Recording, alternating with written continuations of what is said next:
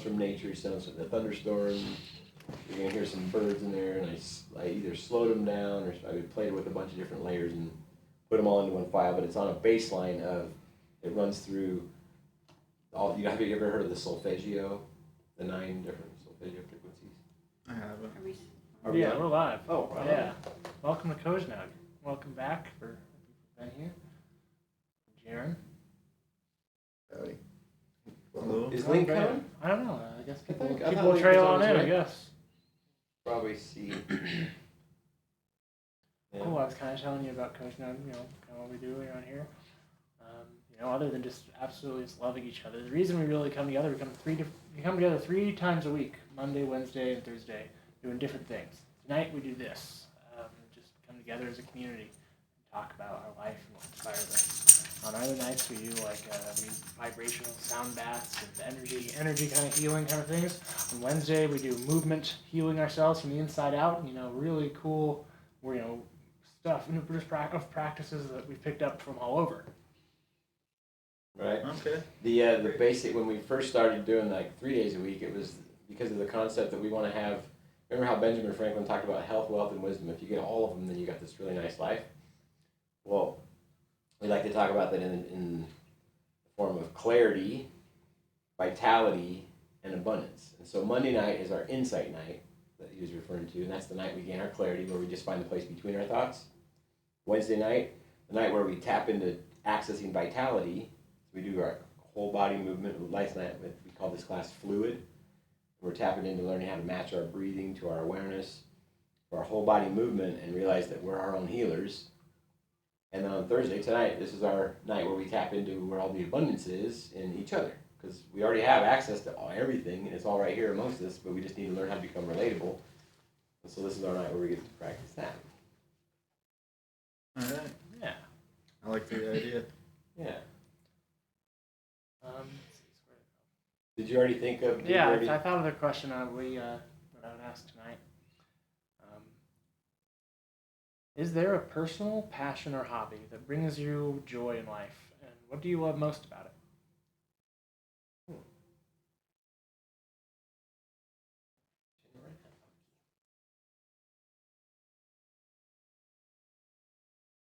I could go first. I'm definitely passionate about my hobby of practicing stillness. Something I really enjoy because even though we're always meditating, we're always in flow and aware. I really enjoy practicing that extra bit of one-pointed concentration because it really helps you from getting pulled and distracted by impulsive thinking. And the better and better more one-pointed I can get, I don't necessarily need to stay there, but it helps with a more grounded approach when things are getting more chaotic. I don't know if it's easy to be triggerable and whatnot. Yeah, and I don't know, it brings me a lot of joy in life. It brings me a lot of pleasant feelings in my body. I feel like being mindful of my body and becoming so much more aware of it than I was has really helped me to release a lot of unknown tension that I had and release, honestly, I'd call it trauma, because I think everyone's holding trauma in their body. I think just even learning to really just sit with yourself and learn to be uncomfortable and just sit with your feelings you don't like, it gives you so much bandwidth. You don't need to even practice so much of that. I just think the practice of looking inward and trying to observe yourself so closely. Makes sense. Thank you, Ash. Yeah. I love that you're passionate about that, because it spills off on all of us in a really palpable way.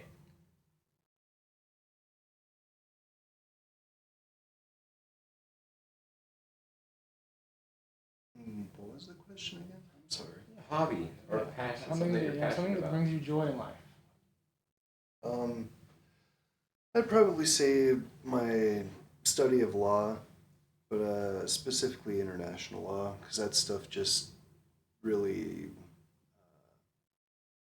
interests me. It's really intriguing on the interplay of everything, on how it's called international law, but not really international. Like, it's not really a law, it's just agreements and contracts.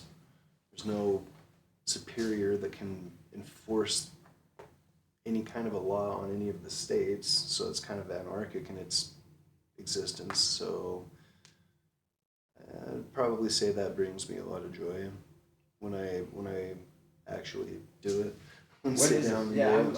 I Yeah, I want to want know to know this. more about why does it bring you joy? Like, what really about it? I guess because of how I was brought up, and it was kind of a tumultuous uh, upbringing. One of my earliest memories is my mom neglecting me to go party with my uncle next door and get drunk. So I guess, and from that trauma, I kind of tried to seek out uh,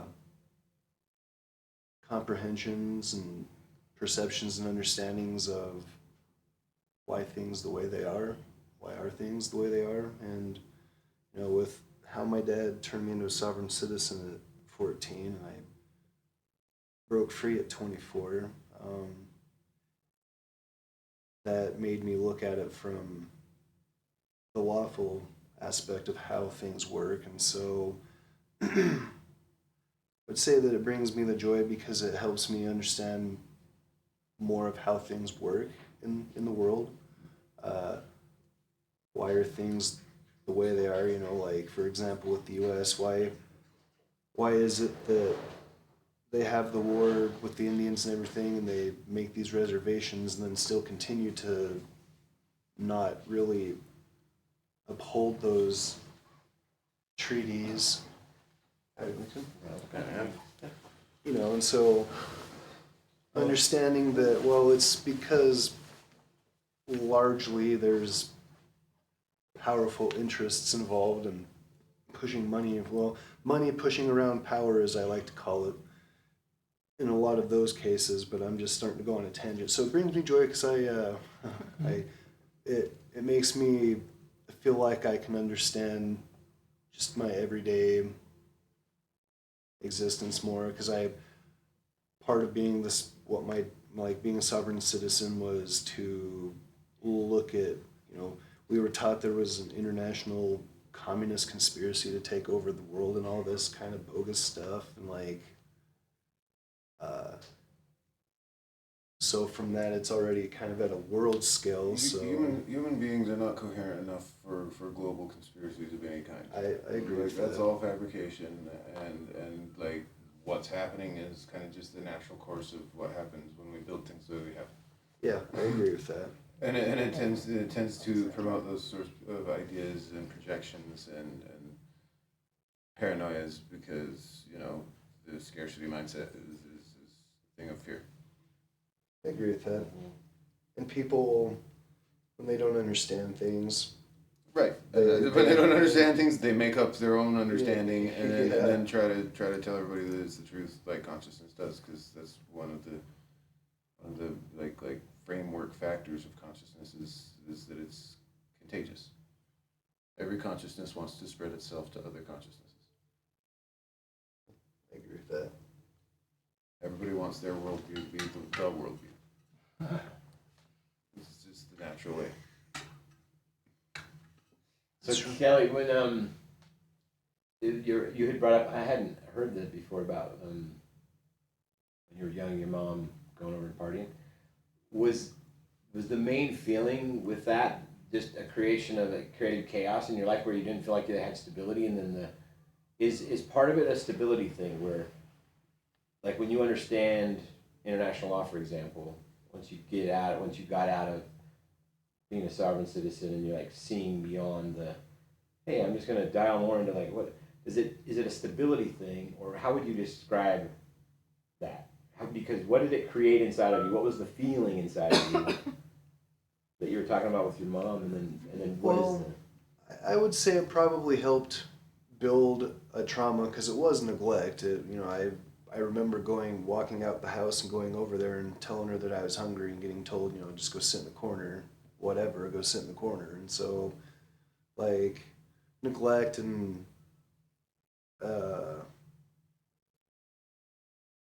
there's a lot more, but the words are escaping me right now. But it did build a trauma that I would say kind of put a wedge in the idea of authority in general, because parents are supposed to be authority figures, and if this one's just pissing around and not doing the responsibilities that is expected, because I was like 3, 4, so I was a toddler, and I kind of knew that she was the caregiver in the sense. So it's like, where's mom? I'm hungry, and so I would say that it did build that trauma, and then the international law stuff more stems from the sovereign citizen things, because when I was in there, I was taught that when we're born, the reason they make a birth certificate is so they can create some corporate fiction, and they call it a straw man, and every time you go into court, that's who they're dealing with, so you have to capture your straw man and your social security number, the red numbers on the back, that's a secret bank account that you somehow can get into and unlock and get into the treasury. What else was from back in that time? Because there's specific periods that I went through with all of it, and that was the beginnings.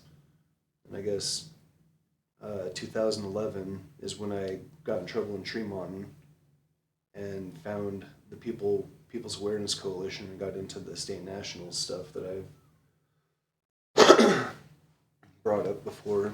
And then I found my friend Philip, and we kind of traversed that together, and he had access to basically a huge firm's law library, and so he had access to go and look at law journals to get other people, like lawyers' opinions and people going through law school and their opinions on things and what the law is and so on and so forth. So we had access to that kind of stuff to be able to navigate what we were being told by the pack and law people, as they called themselves. And then just bounced. I mean, I would say that was a specific thing, because that was probably a year. It was about a year, and that was very specific compared to what Philip and I did after we got out of that. Because after we got out of that, we came across ideas that if you make a trust, you're free from the government. There was a guy named Darren Michaels that was taking seals from like Condoleezza Rice, like seals of the government, and photoshopping it onto his own documents and forging signatures and shit, and over adoption issues or something like that. And it's like, there's some far out people that are, preaching some far out things in that regard. Then after that, we found David Williams and the self-determination stuff, and went from there. But in the past 5 years, sovereign citizens think that if you get a passport by claiming that you're a non-citizen national, which you have to be from American Samoa or the Swains Islands, like the Pacific Ocean, to get that status. They think that if you get that, you're free from the government, that you're a sovereign. Some guy was preaching that you had to somehow claim your placenta and shit. I know, that. I think that guy is probably a grifter, most likely. Far fringe. Yeah, far fringe. You don't have your placenta? I don't know if it's like. You're supposed to eat that thing. Right? I don't know if it's some kind of COINTELPRO with the FBI or the CIA or some kind of military psyop type shit. I don't know if that's where that guy got his info or if he's part of that. I don't care. It's sad that there's people out there like that get more coverage and following than what David and I talk about and are trying to do. It's really saddening, but it's expected. Because not everybody wants that responsibility in existence. That's huge. And so, did I answer your question? Yeah, thank you. It's always fascinating to hear you. You got such a brilliant mind, and you've done so much research down the veins that you've been down. It's really fascinating to talk to you about. Yeah, Well, I'd thank like to you. hear International more. I law. want to ask what your favorite thing that you've run into has been while studying international law. My most favorite Yeah, thing? what is something that really just like was like, oh wow, it's worked that way. Like a big aha. Yeah. I would have to say my realization that the people spoken of in preambles of constitutions all around the world, they're either a real or imagined people, and a lot of the times it's a small group of very powerful people with power and influence Well, guiding it. the only people that actually are represented are the signatories to the document. Yeah, I would say so. And Like, their progeny. And other than that, the rest of us are just others.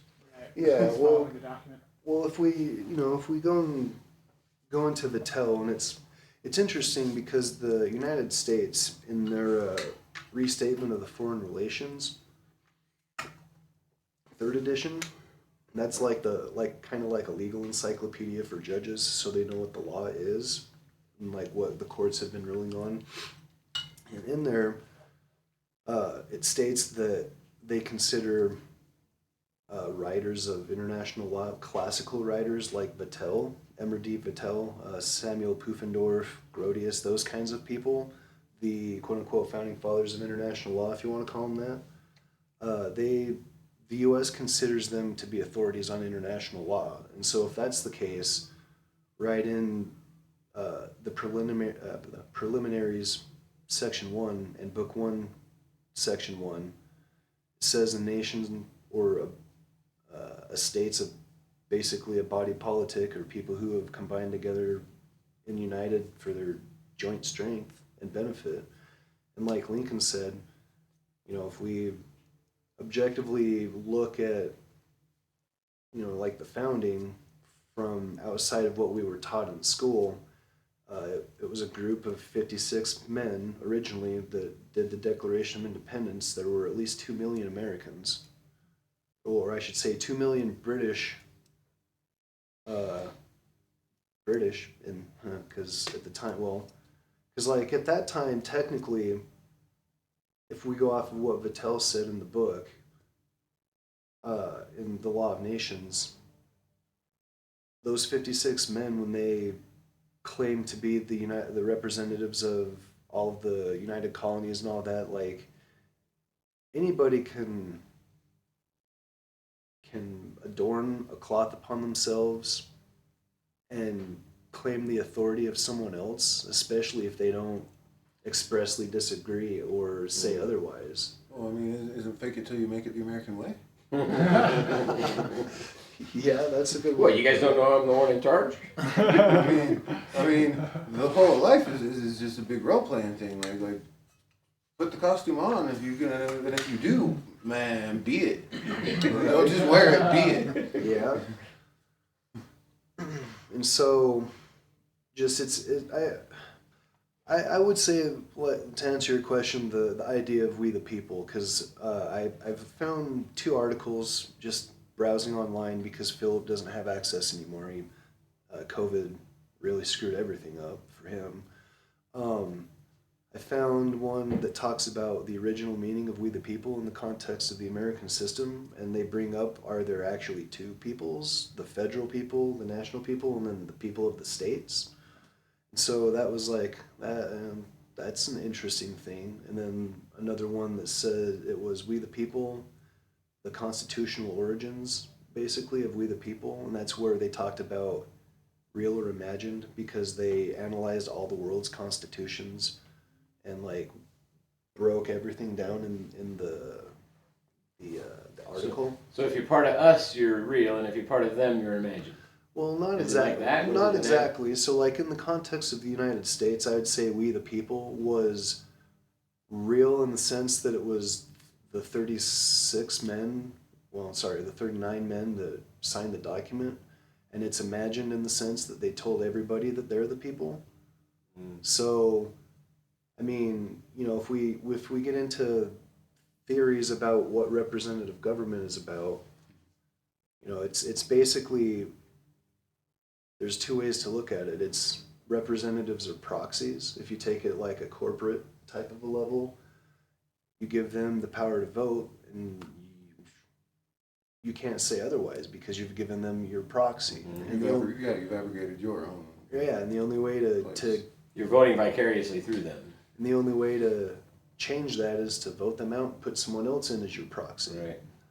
And then the other kind of more abstract and theoretical approach is that the act of voting in a representative system is transmogrifying, basically magically turning someone into like, it's a transmutation, a magical transmutation type of a thing. When you vote, you're transmogrifying the representative and they become you. Mm-hmm. And so when they're in Congress or any of the Senate or the House, depending, if they're in the House, they're tens of thousands of people they represent. Well, they are those tens of thousands of people in that abstract sense when you look at it that way.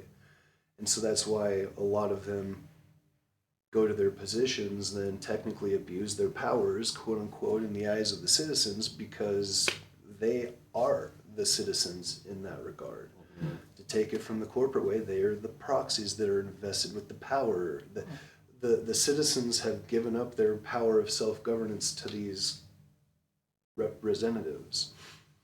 And like a book that really helped me, were you going to say something?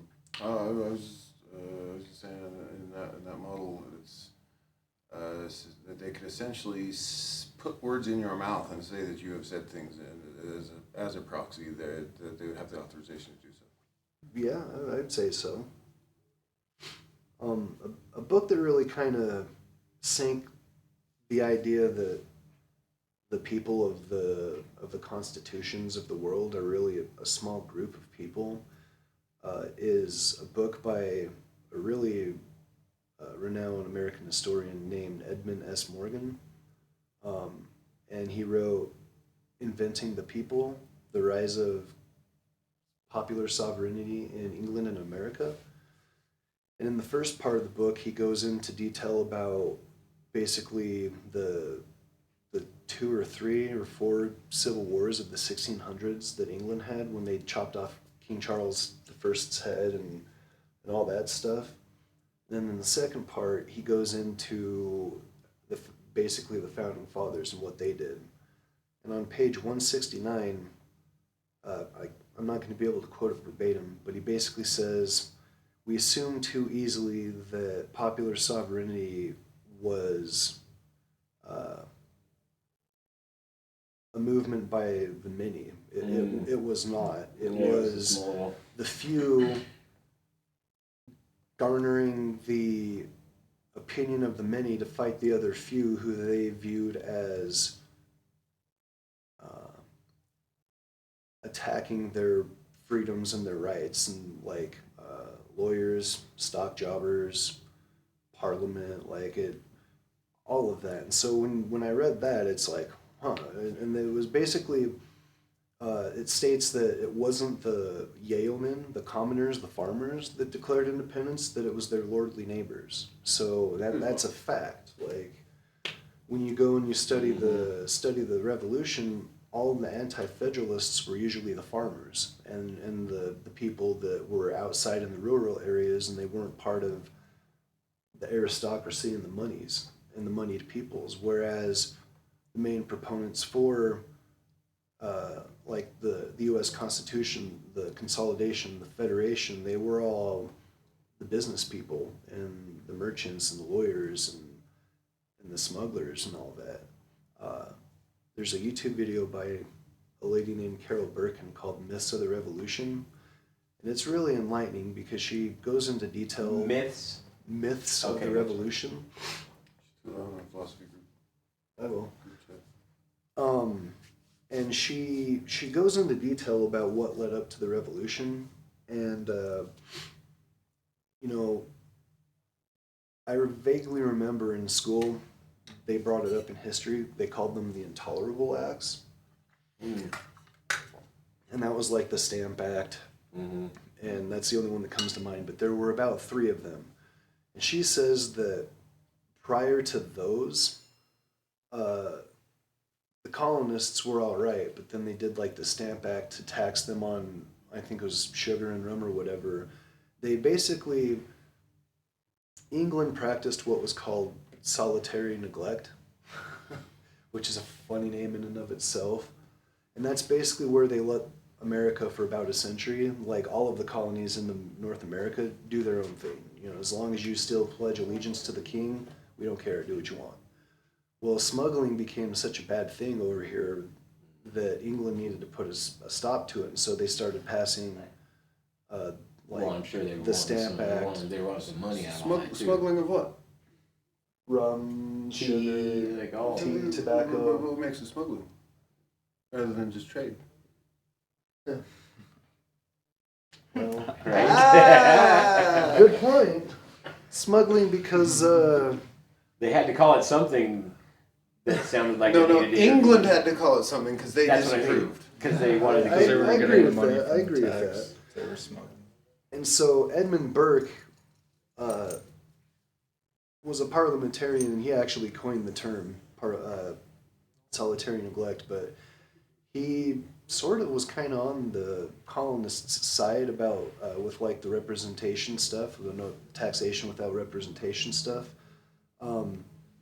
But to go back to what Mrs. Birkin was talking about, she said that a lot of the people in the like the colonies, they didn't want the war. When they would sell things to the mercenary army, they would just like, here's a grain of rice, a sack of rice, but this much is rice and the rest is sand. And Really? you know, the reason they were eating their leather boots and stuff, because I've heard that story before, that they were eating their shoes and stuff because it was so cold. Well, no, it's because their shoes were falling apart because the tailors were giving them shit shoes and charging exorbitant amounts. Which it kept them warmer in their belly than it did on their feet. yeah, and so, which is kind of ironic because now that's what the military-industrial complex does with the government, is they charge $500 for a screw and things like that. So nothing kind of has really changed in the 250 some odd years. Just shifted. Yeah, Mm-hmm. and so her Myths of the Revolution kind of put it into perspective, because she said John Hancock's signature was the biggest because he was the one most affected by the Vice Admiralty courts and all the things they were doing to try to clamp down on the smuggling. And so he, of course he's going to declare independence. Wait, was it the Constitution or the Declaration? I don't remember. Declaration. Yeah, okay, so like, of course, because he's one of the merchants, one of the people that's going to be affected by what England's doing. So just, He was Pablo Capone. I guess. But I've built a YouTube playlist that I call the Lawful Facts of the U.S. Revolution, and there's a few different people on there. Carol Birkin, some guy named Andrew that talks about, I think he called it the Founders' Coup, and he talks about what they did and so on. And then another book that I really recommend for people to kind of understand what the revolution was about is called The Royalist Revolution, Monarchy and the American Founding, by Eric Nelson. And Say the name one more time, the Royalist Revolution? The Royalist Revolution, Monarchy and the American Founding. Okay. I'm going to throw that playlist in the group because has a few talks on there. But he basically says that a lot of the popular leaders at the time, which if we go back to a little quip from a book from an English judge in his commentaries on the law of England, he said that throughout time, all the popular leaders have called themselves the people. So it's just, I've seen bits and pieces from all these different sources, from US's perspective, from Vattel's perspective, revolutionary perspective. And it's just, I've seen all these, like even pre-American perspective, and it's just shown me that the people is not what we're taught and what we're told they are, and that's why a lot of especially now in 2023. So it's not really a democracy? We don't really have a democracy here, Kelly? I mean, it was never intended Well, to be. yeah, it was never intended to be. It still is a republic, because a republic is where the quote unquote the people put in the representatives, but to take the people out of it, it's just a representative form of government. Is a republic. Vattel says that all republics are aristocracies. He basically words it that when the power of government to command is left in the hands of the people, it's a democracy. So obvious, yeah. When it's invested into a Senate, into a small group of hands, into a Senate, it's an aristocratic republic. And if they keep it in the hands of one person, it's a monarchy. But the three types of government can be interchanged and commingled. So you're saying that democracy is more akin to anarchy without rulers? Well, A proper democracy. I would say that a democracy in that sense, like how Vattel describes it, would be like kind of how it is with Switzerland and how they have their direct democracy. And so the rulers in that regard would be all of the people who. How does it work vote. over there? Just to summarize that for us. So if I understand correctly, they have local stuff in their cantons or their cities, and then the cantons I think are kind of like our states, because they're a confederacy. Well, I guess they're a federation now. But anyways, so it's just I think when it's a local thing, they vote there. If it's a more of a canton issue, they'll have a vote of all the people in the canton. And if it's a federal issue, the whole country votes, because it's a direct democracy, from my understanding. Where here it's a limited democracy in the sense that so prior to the amendment that made it so we popularly elect the senators, it used to be that the representatives would elect the senators from themselves. Yeah. And so from there, it wasn't until that amendment that we became a quote unquote democracy, and a limited one in that, because prior to that, it was you would vote your representatives in, and then from there, they would vote in who they want to go and represent the state in the federal government. So it wasn't until that amendment that the people at large were able to start to vote in those positions as well. And if we look at the Electoral College, the popular vote doesn't matter. Yeah. Trump didn't win it, and there's been people in the past who didn't win it, and they still became president. It's up to what the electors decide. So from there, and Who are not representatives. who are not representatives, they're elected by the representatives in their states, and they might not even be well, I think a lot of them make it so you cannot be a representative, that you have to not be in that position at all. And so just from that, it's so clamped down to try to keep the power out of the hands of the populists, the popular people. Well, it's sort of nepotist, yeah. Yeah. And we can go back and read letters of the foundings to themselves, and a lot of them didn't trust the common people. They thought they were incapable of government. So. Well, I mean, that's because half of them were still illiterate, or more. Right? Yeah. Yeah. I mean, it's hard to manage things if you can't read the things in front of you. You just say, I don't agree, or I do agree. Like, So did that answer your question? Yeah, it did. Thank you. Thank you, Kelly. That was You're welcome. that was a lot. Thank you sorry. very much. Sorry Don't to apologize. We drew all that out of you, and we wanted it. Well, I look at that as more talking about law instead of being political, because to me being political would be discussing like what's going on right now with the current president and why they're supporting things they are and things of that nature. That's not, I don't care, because with my self-determination stuff, if I'm really gonna eventually go through with it, part of I would call it customary international law now, because it's been a treaty since 1933. And the world pretty much follows it and has. I started babbling too much. I lost my train of thought. sweet. So we're only a decade off from the centennial anniversary. Yeah, actually. Wait. Yeah. Are we in 24 now? No, that's No, next year. we're 11 years away. Yeah, from the centennial of that. That's a good thing to keep on, actually, yeah. That's a good target date. Yeah.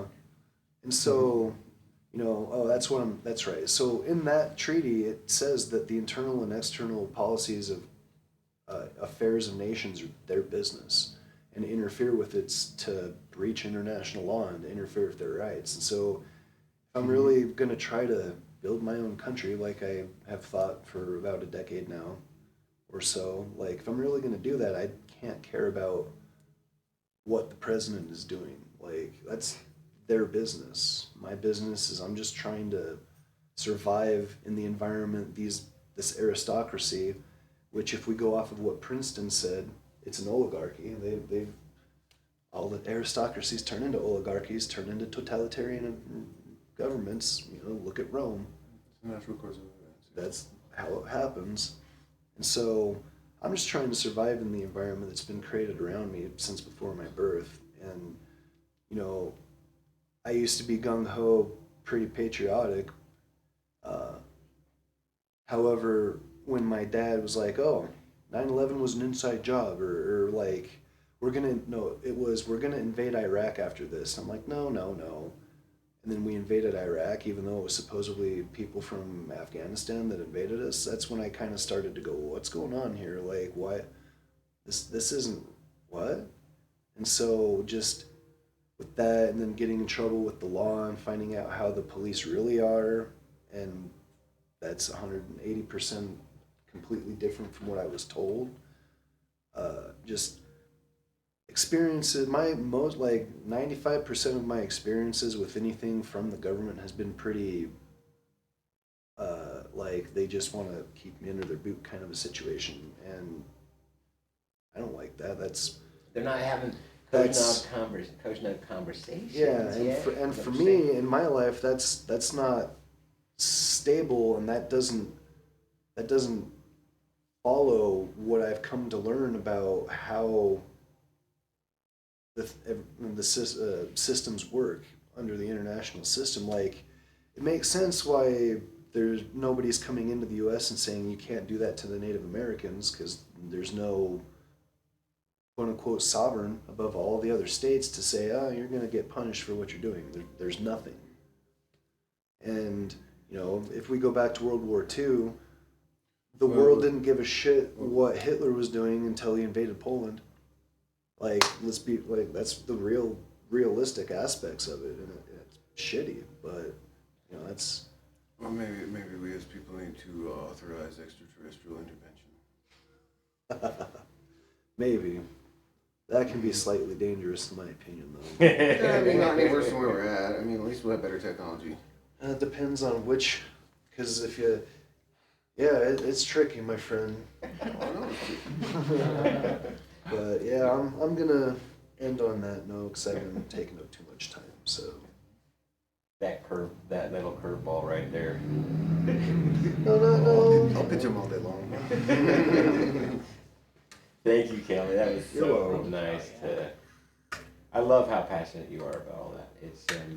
It inspires us to tap in and try to find me. It helps me tap into inner true strength. Right. And I juxtapose that now very easily up against all the stuff that I was propping up as all this empowerment, what my idea of empowerment was in the past. Now I understand how limiting that really was. A bunch of false empowerment, anything external, like, hey, here's where your power is out here. It's just so clear that we're truly powerful on the inside.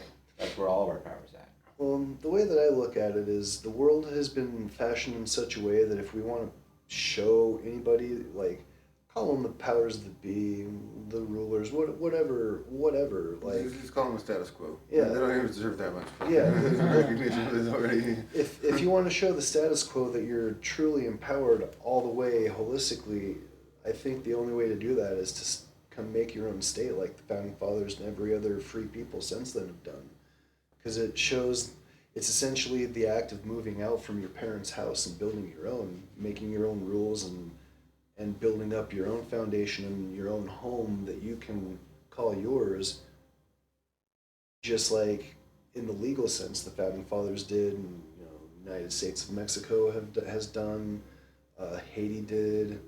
like all these countries that have declared independence when the United States made the model, they've all kind of stepped out from their parents, their in the sense, and formed their own houses. Isn't it over? I mean, how many? Yeah, how many are there? Over 180, aren't there? Like, So I would that's a say long time ago. I would say I think it was there's 192. like recognized about 206 to 215 subjects of international law is what they're called. So that's states and like the Vatican, the Knights of Malta, and a few other kind of entities like that. I would say like the city of Monaco.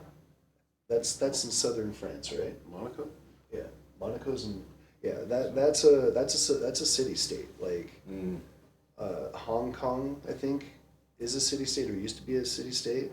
No, I think they still are. They're just not British anymore. That's right. They're Chinese. Well, kind of. Well, China's been having a lot of problems with Hong Kong. They're communist, I should say, because Chinese is Taiwanese, but we're not going to get into all that. So, yeah. What was the question again? Yeah, the link you got here, you know. Yeah, let's. The question. Link, we're did you talking hear about- what the question was? Yeah, no. Nope. The question tonight is there a personal passion or hobby that brings you joy in life? And what do you love most about it? Link's got a few of those. Yeah. Expanding people's minds. Or at least, doing the stick and carrot thing to get them there on their own.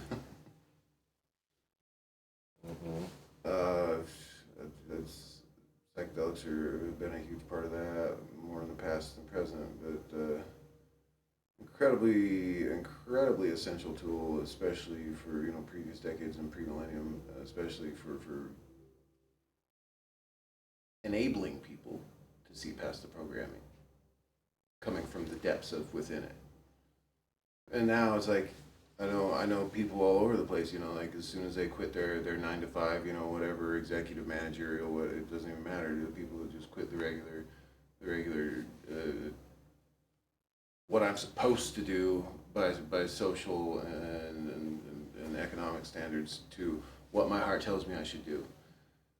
And all those people tell me the same thing. I never even realized how trapped I was until I wasn't. And psychedelics, I've had that effect hugely.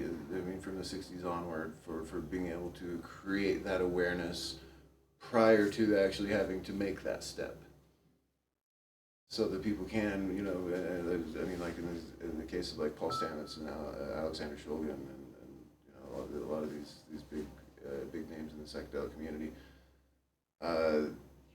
they were able to figure out, oh, we need to do this, and start promoting that idea and providing pathways to do it and building organizations to help spread that type of information. Creating stability around the concept. Right. But like I said, but now it's like people are just stepping out of it, and then they're looking back going, whoa, I was in that thing? It's like, well, there's more stability here. Be like, I wish people could tell people about that, but you like how would I have received it, And then there's it just wouldn't have made sense to me. But now that it's so stupid and easy to see that. Now how do I tell people, then that's kind of the catch-22 of it that I've noticed with a lot of people, and that's again where I found that psychedelics can be a pretty powerful tool for maybe not necessarily opening the door, but at least turning the latch and getting it cracked. Mm-hmm. One thing that I have been inspired by you, Link, probably the easiest way to say it would be like your words or whoever you were quoting. When we go out to the desert, for example, the way that you interact with nature and the way you're finding, I see the joy in you, like to just go and walk on the rocks, just go climb the rocks and just be, and that whole concept of, I was laying there with you one time, I was like, oh, this is exactly what Link meant when he said, if you're not a part of the furniture, you're probably doing it wrong. And I said, yeah, if you're not a part of the neighbor's furniture, you're probably doing it wrong. But I was like, well, I also like totally just kind of cringe at the idea of the four walls and a ceiling thing. So yeah, that's not just an indoor thing at all. Yeah, exactly. No, not at all. I thought I was inspired by that. It helps me in my life to see how much glee you got out of that. So the joy that it was bringing me joy because I was learning how to empower myself to be more present with nature. Like I've gained a lot more respect for being one with nature by being around you. Something I feel like I could do better at, or maybe not necessarily better, but more frequently. Mm-hmm. Right. I'd like to comment on the part about the psychedelics. I agree to a large extent. I saw a quote, I don't remember when I did, in the past month or two, that said that psychedelics open the mind, but not all minds should be open, and I kind of do agree with that, too. When I first started, it was a pretty reckless venture. Like, I did my damnedest to make sure that anybody who was going to venture into that realm would have, a hand to hold for, the initial or initiatory process. People who didn't do that and don't do that, those people should not be doing that. I agree. Want to peel off your cocoon too fast. Psychedelics are not a commercial commodity. It's just to be sold for the sake of selling them. Right. That's incredibly foolish way to go about things. I know because I've seen it happen, and to some extent have let things go with people who I thought were or even postured themselves as experienced.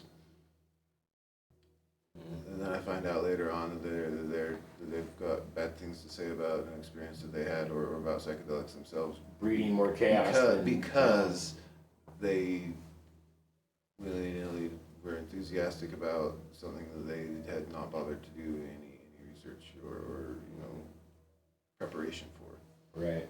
Lack of intentionality. Yeah. Mm.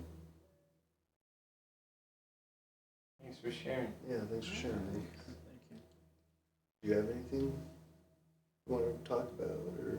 A passion. A passion and that I have is I like cooking. Cooking. Ah. Yeah. Hell yes.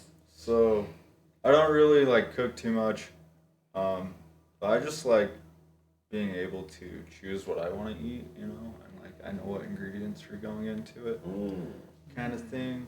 Yeah, I feel you. I see. And I don't like culinary getting- COZSNUG coming up. That's a beautiful thing at an individual level because when you're just making yourself something from Mhm. scratch, you're basically if you're on the right level about it, you're basically just listening to whatever the hell your body is telling you. Yep. That's a huge thing And too. then it's getting exactly what it needs that way. Yep. And I don't like bringing corporate more money like McDonald's. Yeah, no. I mean, I'm guilty of stopping there every now and again, but I get like a Coke or something, or a McFlurry. Just like when my sweet tooth is hitting me. Arby's I Jamocha got- shakes. Oh, I'll yeah, go to those. Arby's just for them. Those are I good. forgot about those. Ever since I was a kid, I was like every time I go buy an Arby's, like they have the Jamocha thing in there. Sometimes it's all right to splurge, as Yeah. long as it's not a consistent thing because of how unhealthy that stuff is. So Yeah. Yeah, it is unhealthy, and I mean, I've gotten a lot healthier over the last, 3 to 4 years compared to where I was at. So What kind of stuff do you like to cook the most? I like smoking meat. oh, so you're the one with the Smoker. smoker? Yeah. You do like you do brisket and all the long stuff and. No, I've done not a brisket. I haven't done a brisket yet, but I got I just had it. It's like the poor man's brisket. A flank, like an iron, A flank steak, yeah, steak or a flat iron. yeah. I can't think of what it's You called. could probably turn a tri-tip into a brisket. Yeah, tri-tip. Maybe That's tri-tip, actually it. Yeah, tri-tip. tri-tip. Okay, there The we poor go, man's tri-tip. brisket. Yeah, I mean, it I has. tried to though cooked well is amazing. Yeah, It's so it good. can be. Oh, yeah. It really can be. I don't know why it's poor man's anything. Yeah, no. It's that amazing Right. tri-tip. That's good. Well, compared to something like Wagyu, it's pretty inexpensive. Yeah, it is good. And then I kind of got into cooking with cannabis a lot. Oh, really? So That is an art. Mm-hmm. People do Interesting. not understand that cannabis does not blend with most of the crap they put it in. Yeah. Well, and I like making it strong, so I mean, I don't try to hide the cannabis taste. No, You can't. So it's you make it your foundation and build with it. You don't like. Yeah. Yeah, you got to work the flavors around the cannabis. You Yeah, can't, absolutely. You can't try to hide the cannabis. No. by making random and so you flavors. just essentially make the butter and then make everything with that, or did you do Yeah, a whole bunch so- of other kind of things? Kind of make the butter, put it in the fridge. I mean, usually enough for 2 to 3 meals or whatever you're gonna cook with. Or say it's like a whole thing of mac and cheese. Mac and cheese takes a lot of butter. I mean, you're gonna throw it all. So I make what I call smack and cheese. Smack. You eat it, it'll smack. You gotta smoke it too, because you can't. Oh, really? Yeah, you want to go low and slow when you're cooking with cannabis, to keep the potency. Well, Or else you'll burn off some of the Yeah, you dynamic can. range of the. Well, Yeah. like 160 degrees is where decarboxylation occurs, which makes it active. And you get up to above like 180, 190, and you start losing Losing all your terpenes and terps and stuff, cannabinoids yeah. and stuff like that. So Yeah. you got a very narrow range to work in. Mm-hmm. And I mean, cooking at like 220, smoking for 3 hours, the mac and cheese might get up to 190. I don't necessarily try to keep terpenes though. When you're making the butter, most of them are gone by then. Well, I mean, hopefully, really, because like most terpenes are technically solvents. Yeah, yeah. So, I mean, I really like cooking. That's one thing I'm passionate about. And it just kind of puts me in my own little world. I'm just focused on what's in front of me. You usually do it on your own? Yeah. Yeah, I've tried cooking, so I've had a couple of girlfriends that I've tried cooking with, and now I'm better off alone cooking. I love when they cook, but I'll leave them alone too, because I know what it's like to kind of. Oh, gotcha. So it's like a meditation moment. for you. Yes, It's like exactly, Zen it time. is. And do you cook for? It is definitely Would you meditation. cook for like the both of you? Would you just cook yourself for the both of you? Oh yeah, of course, yeah. Yeah, I'm not just cooking. Guys, I'm gonna cook this, and I'm the only one that gets to eat. No, never. Yeah, that's a huge thing. Another meditation thing I really like doing is just I like going out west and just walking around, looking at the ground, kind of. What do you mean west? West Box Elder. There's a lot of cool stuff out there that you would never think existed. Like what? So like out there by Devil's Playground. Yeah, Devil's out there. Playground, Oh, or out like there. all the old natural springs out there. And there used to be a lot more water out there than you would think, just as recent as 50 years ago. It was stupid green this year. Yep, it was really green this year, all year out there It probably too. still is, dude. There's still trees on leaves on. So the there's a trees. bunch of natural springs out there. Yeah, a lot of them are old now. I mean, water level's low since the Salt Lake levels dropped. A lot of the spring levels have dropped out there. Yeah. I Growing just up, we used to go get watercress out by Grouse Creek. Well, Grouse Grouse Creek Grouse is right Creek, next. okay. Grouse Creek is the closest place to Devil's Playground, Brandon. yeah, It's like yeah, it is. literally right And next. then right when once you get through Grouse Creek, I mean, it's just a couple My miles down family the road. is, I'm a Tanner. They're all Tanners and Kimbers in Grouse Creek. Okay, But yeah, I went to school there okay, off and on. that's interesting. Yeah, there was Yeah, a lake not a out lot there. of people are familiar with it out there. Oh, Few and far between.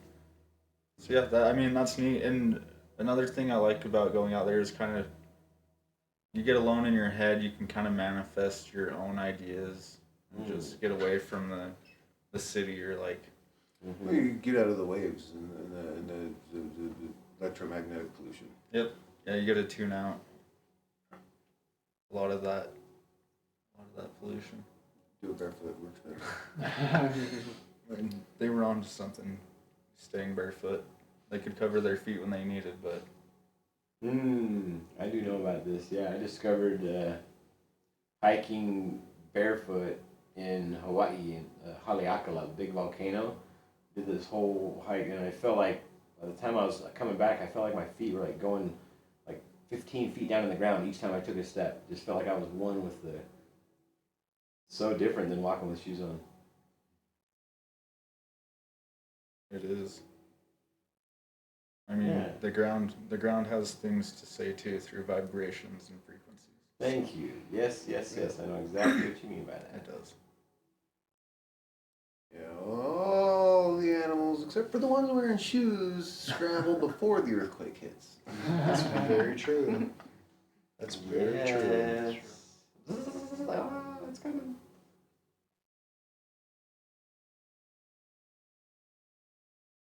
Well, thanks for sharing. I'll share. I share something that you basically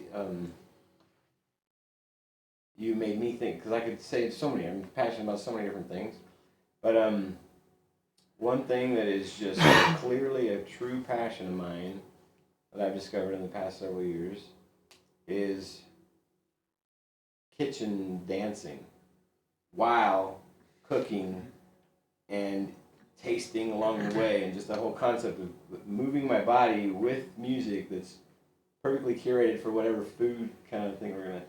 Dance always, Right. even in your worst. Thank you. Love it.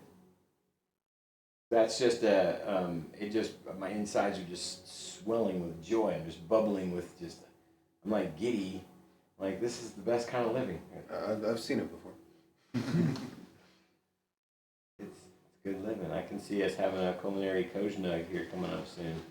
We gotta cook some. I mean, what brings us together? Why are we not cooking food more often? We're gonna have to go to Logan and do a COZSNUG at Cassie's new house. Let's do it. She just moved, got a new place. Yeah, they're moving into. I'm going up there after this. I'm gonna probably go see Brady on the way, and I'm probably up there overnight. We were just talking about that. About finding other. About let's start doing it at random places Helping everywhere. do some moving tomorrow and stuff. Yeah, that'd be way cool. Yeah, let's do one up in Logan. Oh, dude, she'd be thrilled to not have to come down here to do it because she wants to go to all of them. I know. Let's do it. Well, that actually gets, and we can hit the north, and then the next week we can go down. Frankie wants to do one at her place. We haven't done it down in Salt Lake yet. Yeah, I feel like there's a lot of potential hosting in Salt Lake. I mean, Oh yeah, and some, Matt and would some, love to and some, probably do and one. some of them may not even know that it exists yet. Right. I can think of some of those places. Well, thanks for sharing. Yeah, thank you for sharing, Ken. Very welcome. Sometime soon we'll be shaking our booties together, I'm sure. Well, we've already shaken our booties together, Ken. It's true. That was one of my favorite musical experiences I ever had in my entire life up to this point. I'm glad I was able to help. Passions. Man, just showing people that they are in charge of their own life, regardless of what they're told. That's I mean, really the baseline that's even below the psychedelics is just Empowerment. True empowerment. showing people who they are. It's beautiful to watch us Or helping bubble- people discover bubble it up on and their own. emerge. How are you, Brandy? Anything you can think of?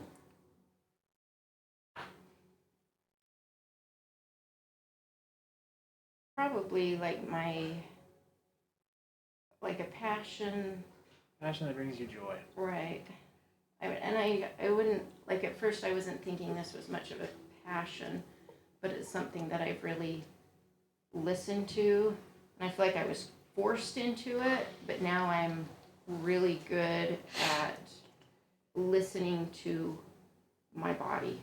Like as far as, I mean, even just food and substances, rest, and activity. Like I've gotten really good at, because being diabetic, I was forced to just have to pay attention to what I was eating and knowing, okay, Thanksgiving, I know I'm going to be sick for a day after. Like I'm just going to give myself that. Or if I want to binge on food, I'm forced to know it's not going to go well for me and I'm going to have to get sick from it or deal with not sleeping for hours to make sure I'm giving myself insulin, checking sugars, ups and downs. But I've learned now, like through food and even just how I'm feeling, it's better not to eat. Like it's easier to manage my health if I'm not eating. But we need food. Like our body needs substance. So I've learned to know what my body needs and when to eat. And certain foods, like fried foods, I love, and binge and will have fried food because I'll have a craving, but I know, like, I can go like Easy. 8 hours. Easy to love, but nobody should ever make the mistake of thinking that they love us. Yeah. We just had an experience with that like three days ago. Hmm. But then I'm good. Like, I'll go like 8 hours. I need nothing to eat after eating the wrong types of foods. So I've learned to pay attention and certain things my body doesn't like with substances. It tells me right away, and so I've just learned to listen to that. And the same with sleep. Like, I know when I'm tired, it's like I'm done. And my emotional state, I'm now working on that same level because I've always prided myself on being the very non-emotional girl of the group. Like, non-PMS. It's a thing to be proud of. It's what I have, but now I'm not experiencing joy and happiness and excitement because everything is just me. Well, And so I'm interesting.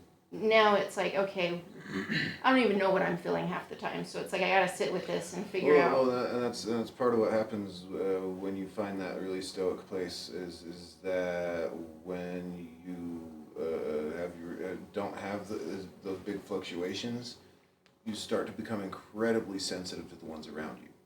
Yes, and I'm And learning. it shoots that empathic Yeah. ability so far up the roof that you like find yourself all like, then you realize, this isn't even mine. Where did this come from? Like there's no Yeah. cause for this. This is not mine. Mhm. And then you have to get really Well, and I'm even there present-minded with about my that. own, like my own emotions, and I'm Mhm. like, what is this? Like, when something doesn't feel right, I don't know still. Is it a bad? Is it good? Or, I mean, it's just uncomfortable. It just feels chaotic sometimes. So I'm right now really working, and I'm having to, for poor Ken's sake, like, I'm exploding, and after holding certain things in that aren't feeling right, all of a sudden I'm just like, enough. And poor Ken's getting the brunt of these crazy emotions that, because for a while I'm like sitting with certain scenarios and I'm like, I don't know. Like, I don't know what to think about it, but I'll let it go till it gets to a point where I'm like, okay, now I can't do this anymore with these But emotions. the attempt is made, and then when you reach the point of time to communicate that this is not working, Right. I don't Right. see anything unhealthy about it. It's just And I would like to be able to communicate earlier yes. before that happens. Yeah. Could But I don't- alleviate the pressure Right. of that. But I Communication don't know does happen. exactly.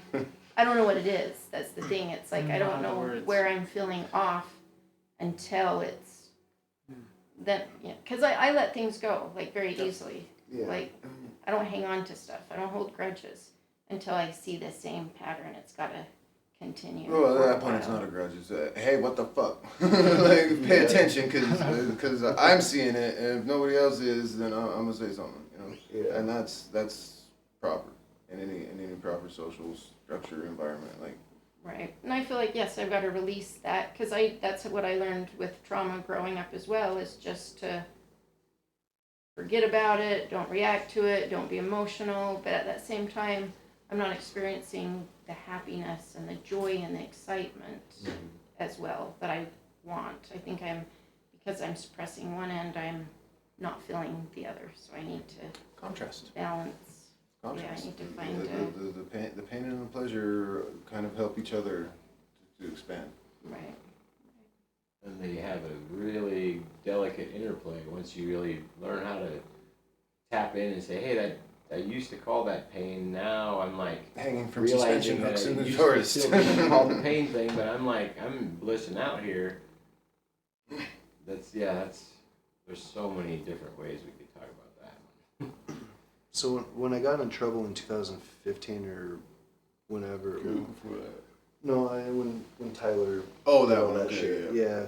When my ex-roommate called cops on me to try to send me to prison when I was moving out, I was forced into mandatory like counseling, drug counseling type shit, and I went to a place called Capstone Counseling, and one of the teachers, well, not teachers, but one of the Instructors. instructors in there came up with a technique that I've actually used to help me realize when I'm getting to a point that I'm going to start to explode, because I kind of have the same problem.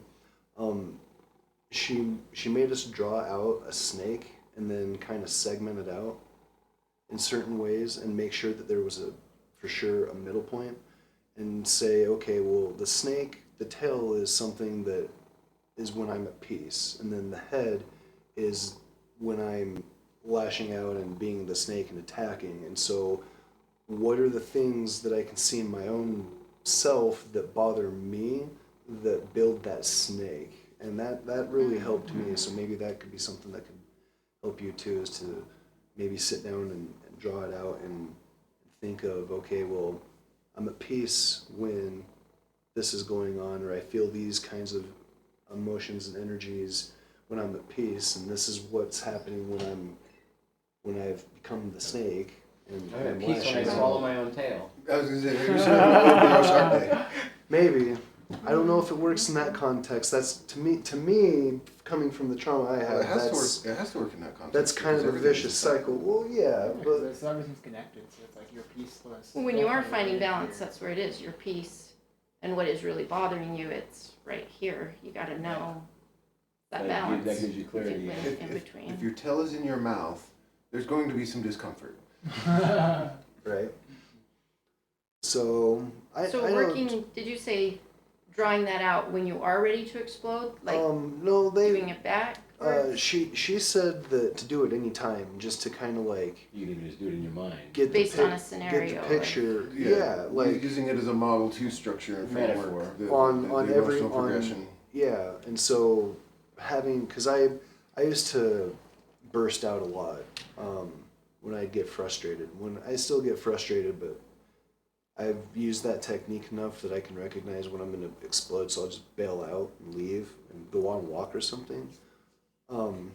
But the idea of that snake in the middle ground, when you pass that middle of that snake, is when you're basically in the danger zone, and it usually progresses into the head. It's how she explained it, and that's how it was for me in my own life when I would get my frustrations and then explode. And so I would just do it anytime, or like even tonight if you want, just think of some things that have been bothering you and draw it out on the snake, like the snake. This isn't going to bother me about it, and this is what it bothers me about it, and determine in yourself where that that balance in those two are. And then if that scenario comes up again, you can try to harken back and remember, okay, if I stay on this side of that balance, I'm not going to go and tip over and get imbalanced and lash out and become angry and things like that. So I know it helped me, so maybe it could help you too. Okay. Or Yeah, some thank you. or some kind of diagram like that. So I liked the snake metaphor because snakes are calm until you piss them off, and then they lash out. Yeah, So they're very snappy creatures, that's for sure. yeah, and so it made sense to me at the time. So The only one out of all of them that has a middle ground is a rattlesnake, and that's only because he's got a damn rattle on his tail. yeah, That's the kindest of all of them. Got that, hey, I'm over here. I wouldn't say kindest. Most civil, certainly, but Most that civil. but that doesn't mean kind. Yeah, most civil. Garter snakes don't really bite, do they? They don't bite. I've seen them try to. Oh, really? I've seen it. Yeah, they'll latch on a little They'll bit. latch onto you, yeah. They're not. Not They're really not hurt right. that much. Maybe it doesn't hurt, but like. and that's only if you like irritate them and make them fear Quite. for their Right. life. Which Quite. is, They would rather run away. Yeah. They really would. So thanks for All sharing. right, yeah, Yeah, thank thank you you. for sharing. I hope that kind of gives a different perspective on how to get a handle on the blowing up that you That I do. yeah Well, we're all learning, we're all working on ourselves. exactly. That's why we're here. Beautiful thing. Thank you everyone so much for sharing tonight. Yeah, thank you. Thank you, everybody. There. Well, thanks for letting it run over. I would rather have it come to a natural conclusion than be on a timetable. Yeah, Right. That's very much how I feel as well. So I thought it was very natural and just let it go and how it should be. Well, thanks for hosting as always. Thanks Yeah, for thank having them me in the for house. hosting. thank you guys for letting me come Totally. into Coach So Snug. nice to have you Yeah, here. yeah, we gotta You're get always welcome. Aaron here next week. I was running so late, I forgot to even get a hold of him. But Aaron, he's kind of like a Brady. He's been kind of not social for a good bit, and he's like, I need good people to be social with. I was like, cool, we got you. Where's he He's the one's like he's on 25th. Oh, here in Ogden. Yeah, he's like a 3-minute drive from Carly's. Oh, cool. That's Gilbert. Peace and That's our fat cat. peace, love, unity, and respect. That's a pretty cat. That's right. I like his coat. Yeah, he's Oh, he's super friendly. very loving.